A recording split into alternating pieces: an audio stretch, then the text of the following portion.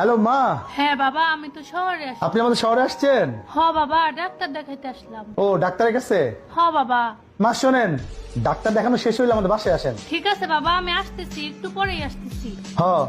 7-8 দিন থাকবেন। আচ্ছা দেখি।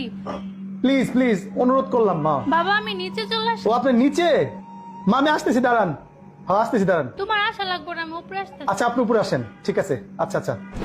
এই তোমার সমস্যা কি? তুমি কি আমারে ভালোভাবে দেখতে পারো না? কেন, আমি কি করলাম? তোমার কেন দাওয়াত করে বাসায় মানুষ নিয়ে আসতে হয় কেন?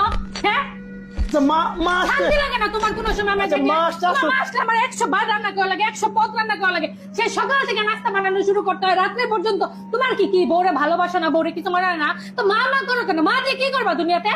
মার সেবা করবো চুপ না? থাকো তুমি। মা সেবা করবা? মা তুমি ডাক্তার কাছে দেখে আসতা, দেখে এসে বাইরে রেস্টুরেন্টে খাওয়া, তুমি গাড়িতে তুলে দিত। তোমার তো সমস্যা কিসের? মা শহর আসছে, মাকে আসতে বলবো না? কেন তুমি আসতে বলবো বাসায়? বাসায় তো কি আমি সারাদিন কাজ করি, তোমার কি ভালো লাগে না? আরে কিন্তু শান্তিতে একটু শুতেও পারি না। তোমার মা যতদিন থাকে সারাটা দিন আমার কাম করে, একটু ঘুমাইতেও পারি না। তুমি এত অত্যাচার করো কেন আমার উপর? মা তো নিচে আসছে, আমি মা কি বলবো? নিচে আসছে, আমি কি করবো? মাথায় নিয়ে নাচবো?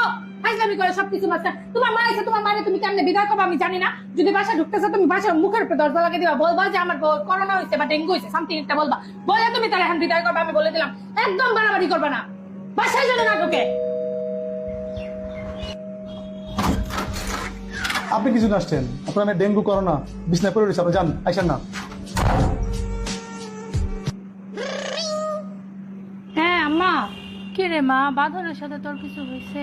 না তো, কিছু হয়নি তো। তাহলে জামাই আজকে এরকম করলো কেন? আমি তো কোনোদিন বাঁধনের এরকম করতে দেখি নাই। আমার মুখের উপর দরজা লাগাই দিল, আমি অনেক কষ্ট পাইছি রে মা। আমি বাইরে যাই না। তুমি আসো না রে, থাক তোরা ভালো থাক। যাইতেছো কাকে? জামাই নিয়ে আসিস বাসায়। তুমি দাঁড়াও দাঁড়াও, আমার লেগে আবার কার্য করিস।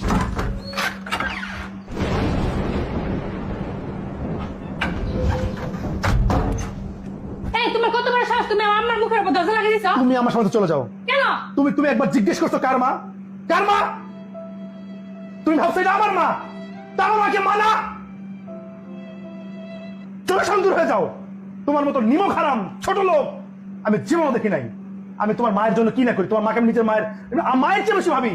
আর তুমি আমার মায়ের কথা শোনা মাত্র তুমি একদম একদম সব উল্টাই ফেলছো, উগলাই ফেলে দেবে সবকিছু। কেন? হ্যাঁ, তোমার মা আমার মা মানা না? হ্যাঁ, আমার ভাইকে আসছে। সারাটা জীবন তোমার পরিবারকে আমি নিজের পরিবার ভাবছি, কিন্তু তুমি কোনোদিন আমার পরিবারকে আপন ভাবো নাই, কারণ তোমার কাছে আমরা জঞ্জাল। বুঝতে পারছো? এটা মনে রাখবা, তোমার ঘরে সন্তান আছে, একদিন তুমিও ঠিক এরকম বাড়ির নিচ থেকে বিদায় হয়ে যাবা। মনে রেখো একটা কথা, আমি বলে রাখলাম। তুমি এমন করো কেন? আমি কিছু করি না, তুমি একবার বলছো ওরা আমার আম্মা। কেন তোমাকে আমার আম্মা বলতে হবে? মা মানে কি?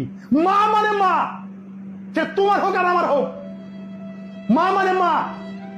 আচ্ছা হয়েছে, আমার ভুল হয়েছে, আমি আর করবো না, আমি বুঝতে পারিনি। তোমার ভুলের কথা হবে, ভুলের সংখ্যা কত?